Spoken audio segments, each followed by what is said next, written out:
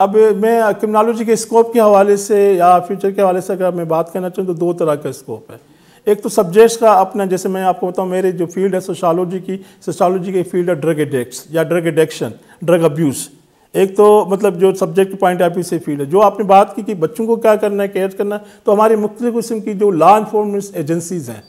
यकीनन, जिसमें मुख्तलिफ किस्म जो क्राइम प्रिवेंशन के लिए अपना रोल प्ले करती हैं, जिसमें यकीनन आपकी पुलिस है, FIA है और दूसरी इस तरह की बहुत सारी एजेंसीज़ हैं जो कहीं ना कहीं क्राइम प्रिवेंशन में अपना रोल प्ले करती है। तो उन बच्चों के लिए उसमें जॉब के हवाले से एक बहुत बड़ा स्कोप शामिल है। अगर फिर हम रिसर्च के हवाले से बात करें तो ये एक बहुत बड़ी रिसर्च की दुनिया है कि क्रिमिनल बिहेवियर्स को, क्राइम को एज ए रिसर्चर या एज ए इन्वेस्टिगेटर जब हम देखते हैं तो एक बहुत बड़ा सोशल फिनोमिना है। और जैसे मैंने आपसे कहा, इस वक्त हमारे पास हमारे पाकिस्तान की जो आबादी है उसमें 50% से ज़्यादा जो आबादी हमारी यूथ की है, नौजवानों की है। और नौजवानों में इस वक्त सबसे बड़ा जो इशू है,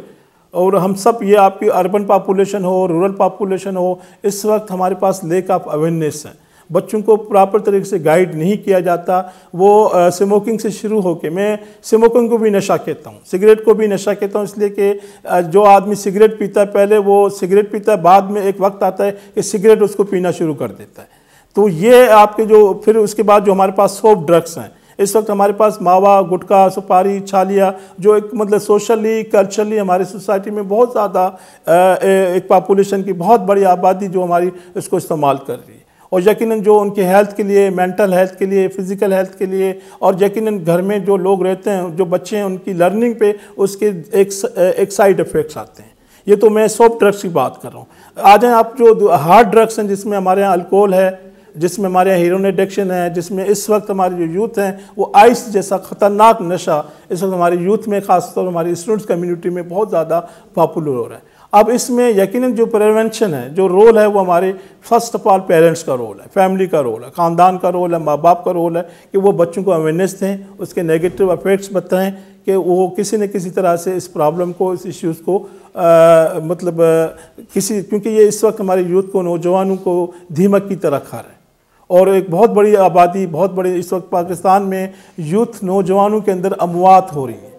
और बहुत ज़्यादा नौजवान जो लोग हैं वो मौत का शिकार हो रहे हैं इस नशे की वजह से, इस आइस की वजह से। इसके अलावा बहुत सारे और इस तरह की जो ड्रग्स से रिलेटेड जो क्राइम्स हैं, यानी नशे करने के बाद जो लोग, वो क्राइम आसानी से उनको इस्तेमाल किया जाता है। यकीन जिसमें फिर आपके पास इसमें आप कह सकते हो होमिसाइड है, इंसानों का कत्ल करना है, सुसाइड है, और इस तरह के और बहुत सारे इश्यूज़ भी ड्रग एडिक्शन की वजह से कहीं ना कहीं हमारे माशरे में बढ़ रहे हैं। जिसमें मैं समझता हूँ इसमें हमारे एक तो पेरेंट्स का, ख़ानदान का रोल है, फिर साथ साथ में यकीनन जो आपके एकेडमिया है, एजुकेशन है, स्कूल है, कॉलेजेस है, एजुकेशन है, उस पर भी, इस पर अवेयरनेस पैदा करने की ज़रूरत है। और लोगों को कहीं ना कहीं इसके हवाले से बात करनी चाहिए, बोलना चाहिए। और यकीन इसमें हमारे सोशल मीडिया का भी एक बहुत बड़ा रोल है। और इस हवाले से हमारा आज का मकसद भी यही है कि नौजवानों को इस वबा से, इस बुराई से जो नशे की सूरत में मैसर है उसको रोका जाए, उसके बारे में। हाँ, यकीन हम इसको 100% ख़त्म तो नहीं कर सकते,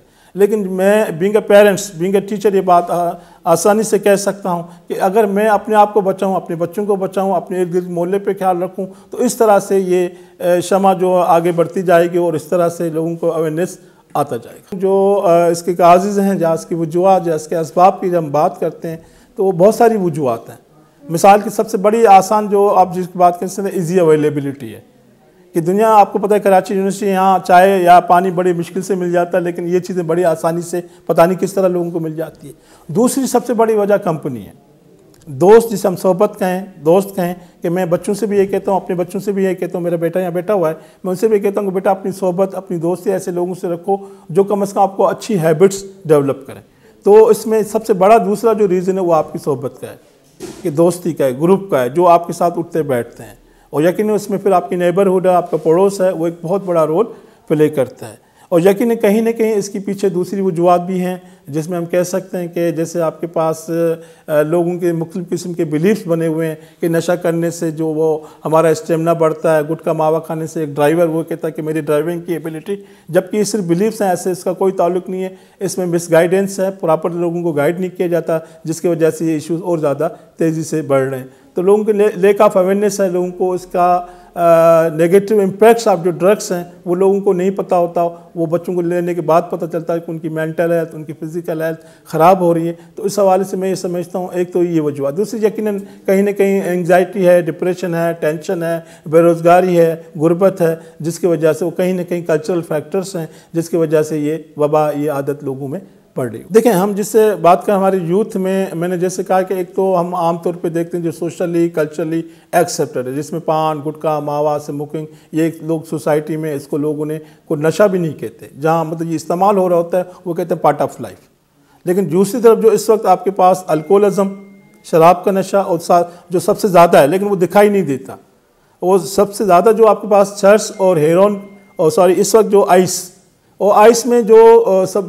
केमिकल जो ड्रग्स आ गए हैं, एक जो इस वक्त जो टर्म्स आ रही हैं जिसको हम कहते हैं केमिकल ड्रग्स, जो उन्होंने मतलब पॉली ड्रग्स कहें कि एक वक्त में बहुत सारे ड्रग्स मिलाकर वो यूज़ करें, वो यूथ में, नौजवानों में, स्पेशली हमारे स्टूडेंट्स कम्युनिटी के अंदर ये बहुत ज़्यादा वबा बढ़ रही है। जैसे मैंने अर्ज़ किया कि इस नौजवान में, इसमें यकीन इसकी जो एक वजह है वो आपके पास रिक्रिएशनल फैसिलिटीज़ नहीं है।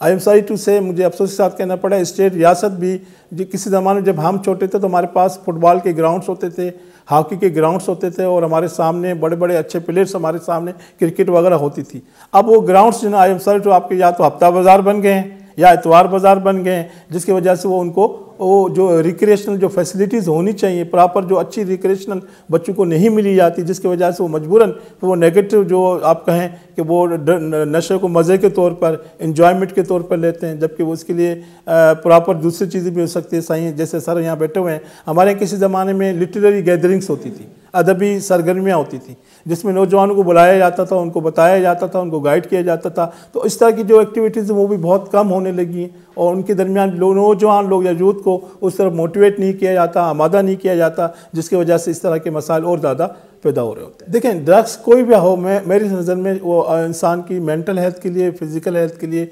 नेगेटिव है, कोई पॉजिटिव चीज़ नहीं।